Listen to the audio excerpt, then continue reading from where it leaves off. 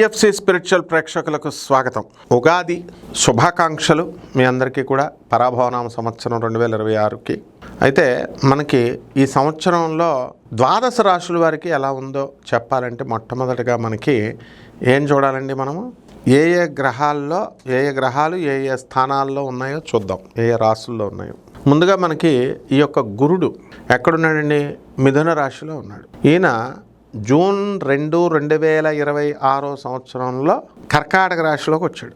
ఈ కర్కాటక రాశిలోకి వచ్చిన తర్వాత 24 అక్టోబర్ 2026 సంవత్సరం వరకు కూడా కర్కాటక రాశిలో ఉండి, ఆ తర్వాత అతిచారం వలన సూర్యుడు రవి సింహరాశి దగ్గరికి సింహరాశిలోకి వెళ్తాడు. వెళ్ళి జనవరి 24, 2026 సంవత్సరం వరకు ఉండి, ఆ తర్వాత మళ్ళీ బ్యాక్ కర్కాటక రాశిలోకి వచ్చే సంవత్సరం అంతా కూడా మళ్ళీ 2027 ఉగాది వచ్చేంత వరకు కూడా కర్కాటక రాశిలో ఉంటాడు. ఇది మనకి గురుడు యొక్క సంచారం. ఇకపోతే శని వచ్చేసరికి మనకి ఎక్కడున్నాడండి?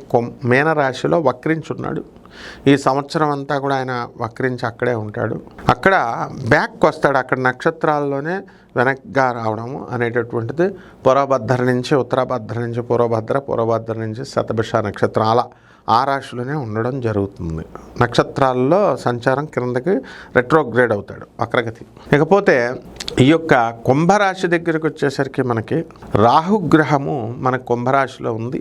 మరి డిసెంబర్ 1, 2026 సంవత్సరం వరకు కూడా కుంభరాశిలో ఉండి, ఆ తర్వాత అక్కడి నుంచి మనకి మకర రాశిలోకి వస్తాడు. అదేవిధంగా ఈ యొక్క కేతువు కూడా సింహరాశిలో ఉండి, ఆ సింహరాశి తర్వాత మళ్ళీ మనకి ఈ యొక్క కర్కాటక రాశిలోకి వెళ్ళడం అనేటటువంటిది జరుగుతుంది 1 డిసెంబర్ 2026 సంవత్సరం వరకు.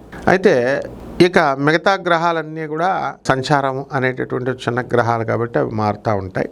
ఈ విధంగా మనకి రాజు గురుడై ఉన్నాడు, మంత్రి కుజుడై ఉన్నాడు. ఈ సంవత్సరం సేనాధిపతి మరి చంద్రుడు, సస్యాధిపతి గురుడు, ధాన్యాధిపతి బుధుడు, అర్ఘాధిపతి చంద్రుడు, మేఘాధిపతి మళ్ళీ చంద్రుడు, రసాధిపతి శని, నీరసాధిపతి గురుడు, ఈ విధంగా ఉన్నారు. మనకి సంవత్సరంలో చూసుకున్నప్పుడు ముహూర్తాలు కూడా లేవు.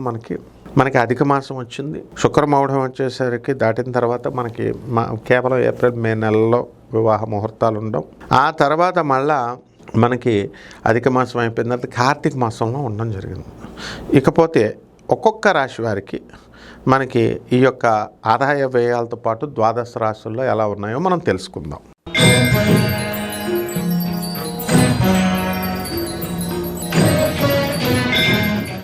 వృషభ రాశి. ఈ వృషభ రాశి వారికి ఆదాయం 5, వ్యయం 14గా ఉంది. చాలా ఎక్కువ ఖర్చు అనమాట. అలాగే రాజ్యపూజ్యం 5, అవమానం 4గా ఉంది. కాబట్టి గౌరవం చాలా అధికంగా ఉంది. ఈ వృషభ రాశి వారికి ఖర్చు వచ్చేదానికంటే కూడా ఎక్కువగా కనబడుతుంది. కానీ మనకి లాస్ట్ ఇయర్తో పోల్చుకుంటే కనుక విశ్వావసునామ సంవత్సరం కంటే కూడా ఈ సంవత్సరంలో వృషభ రాశి వారికి అధికంగా డబ్బు వస్తుందన్నమాట. కాబట్టి ఈ రాశి వారికి అందరికీ కూడా అర్ధాష్టమ కేతు అనేటటువంటిది జరుగుతుంది. కాబట్టి డిప్రెషన్లోకి వెళ్తారు వీళ్ళు. బాగా నిరాశ, దురాశ అనేటటువంటిదేమో రాహు అయితే, వీళ్ళు నిరాశ నిస్పృహల్లోకి తోయబడతారు.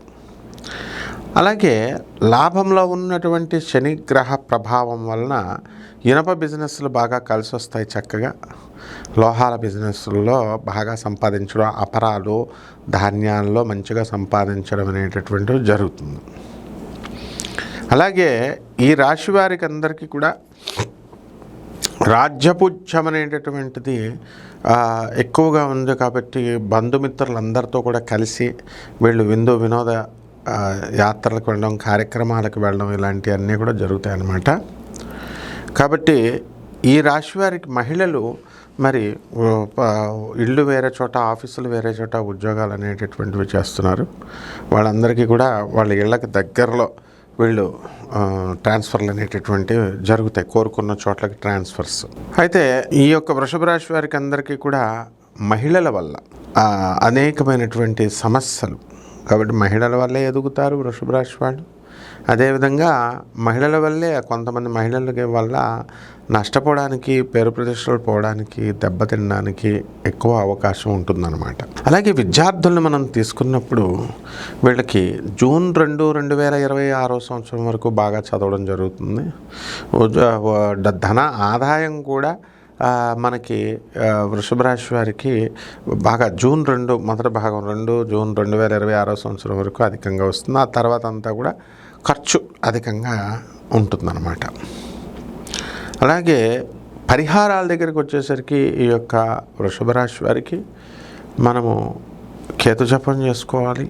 అలాగే రవి జపం చేసుకోండి, రవి స్తోత్రాలు చదవండి. రవికి కిలోంపావు గోధుమల్ని ఎరుపు రంగు ఆరెంజ్ కలర్ వస్త్రాలనిచ్చి పేద బ్రాహ్మడికి మనం ఆదివారం నాడు తెల్లవారుజాము 1 గంటకి ఇవ్వాలి. రారు కదా, అందువలన కనీసము మనం ఉదయం 9 గంటలకి మనం దానం చేసుకోవడం వల్ల బ్రహ్మాండంగా ఉంటుంది. తెల్ల జిల్లేడు పూలతో శివుడికి అభిషేకం, శివుడి మీద పెట్టడం, అభిషేకం చేసుకోవడం ఇలాంటివన్నీ కూడా చేసుకుంటే సరిపోతుంది. శుభమస్తు.